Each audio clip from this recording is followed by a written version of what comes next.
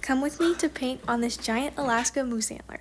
I'm a full-time artist, and this project was a commission from my landlord, who is a pilot and found this moose antler while flying down the Alaska peninsula. He found it on the beach and decided to keep it, and as you can see, it's been gnawed on by some sort of critter.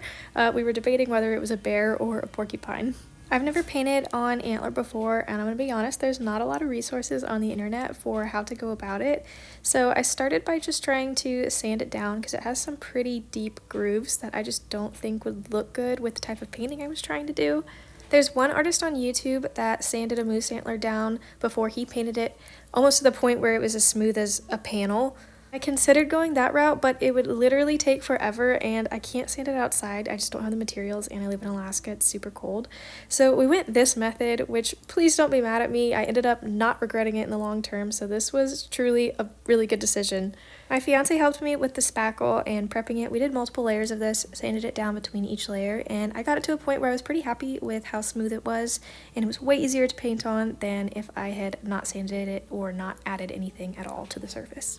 Once the spackle had completely dried, I went in with probably 3 to 4 layers of gesso, and gesso is pretty much just an acrylic base layer, so the oil paint will stick to the gesso instead of just the drywall material. While you're watching me paint, I just want to say that this is my first YouTube video that I've tried to film and edit, so please be kind to me. I'm very nervous. This is also my first time painting a moose antler, so everything about this is out of my comfort zone. So if you have any suggestions on how I could have done this better, just please be kind, or I will get scared and not want to come back to YouTube. Moving on to what I plan to paint on this antler, I talked to my landlord a little bit, and we came up with the idea of trying to recreate the scene of the day that he found the antler, which was a day in late April down the Alaska Peninsula / Aleutian Islands. I had a reference photo of his airplane, but not a reference photo of the exact day that it happened, so I took a photo of the antler and took it onto my iPad in Procreate. And here I was able to sketch out a composition digitally, so I had an idea of what I was going to paint going into the antler, just because it's not a normal canvas.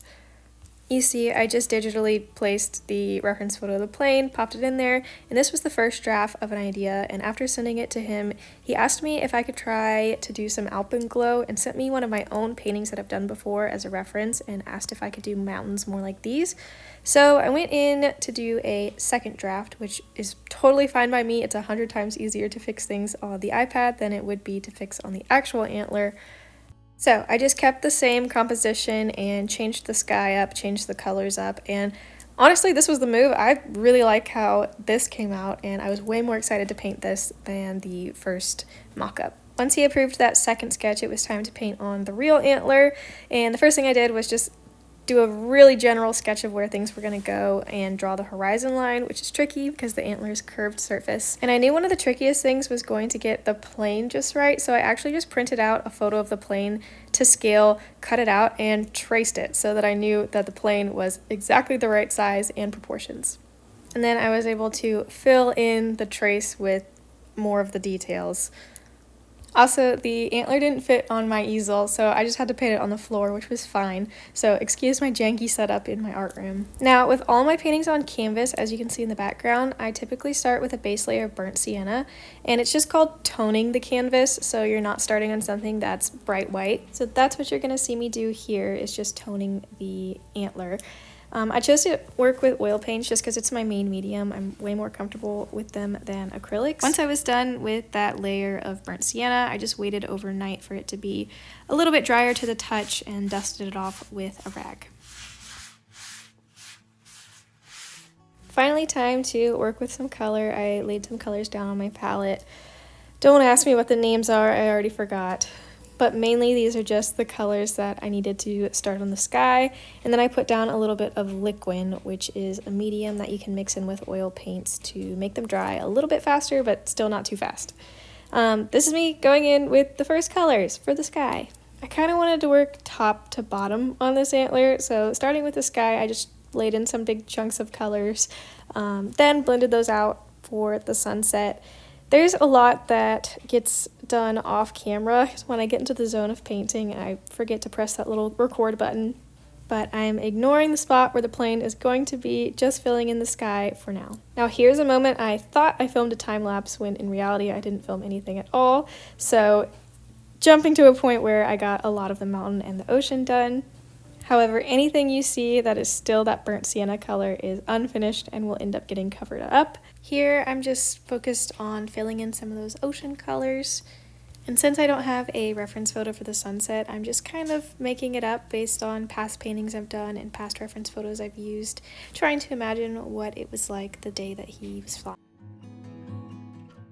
Also, I love this angle on the edge where you can actually see where it was chewed up. I just think it's super neat. Also, I really wonder if this moose is still alive. It very well could be. They shed their antlers once a year. So I'd like to imagine this moose is still out there walking down the beach.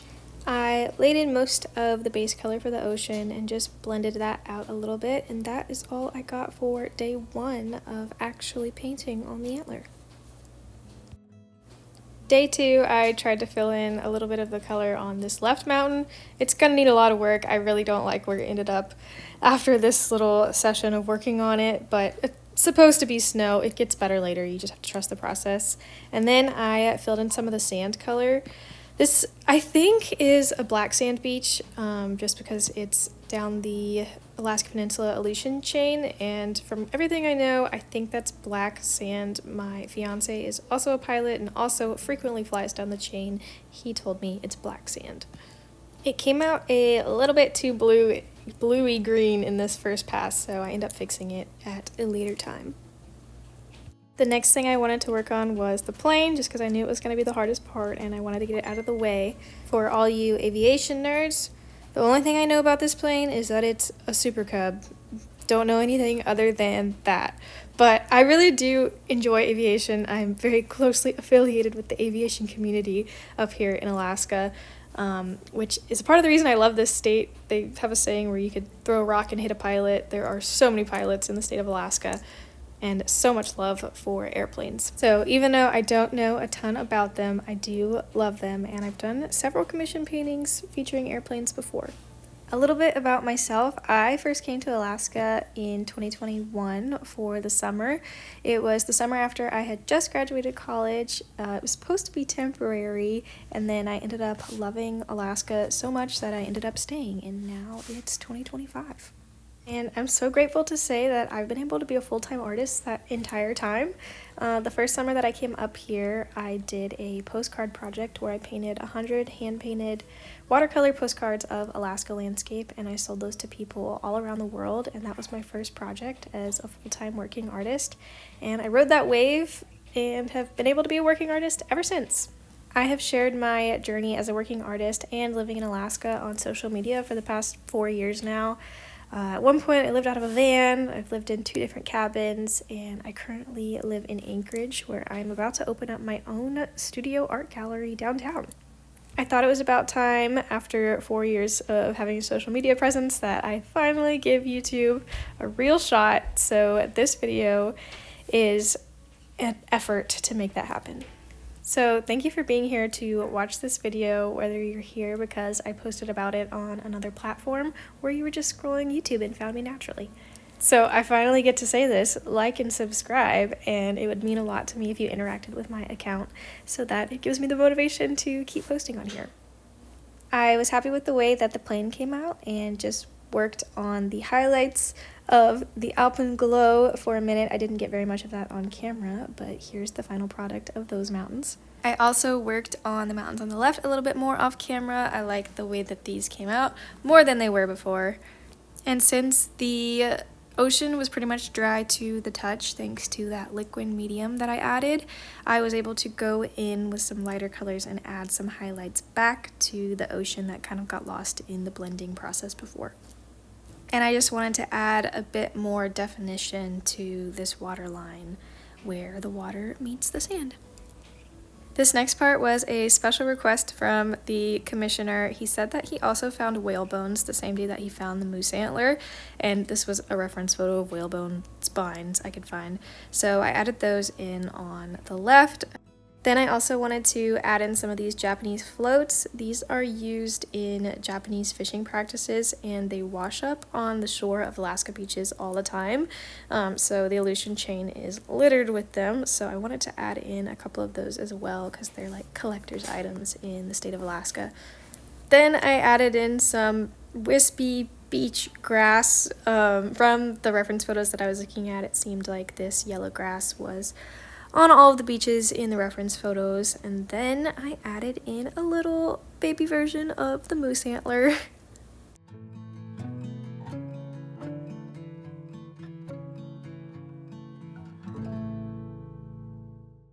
I added in some final touches, which included a couple more glass floats on the right side, a little bit more grass, and then just went all around and put the last final touches on everything.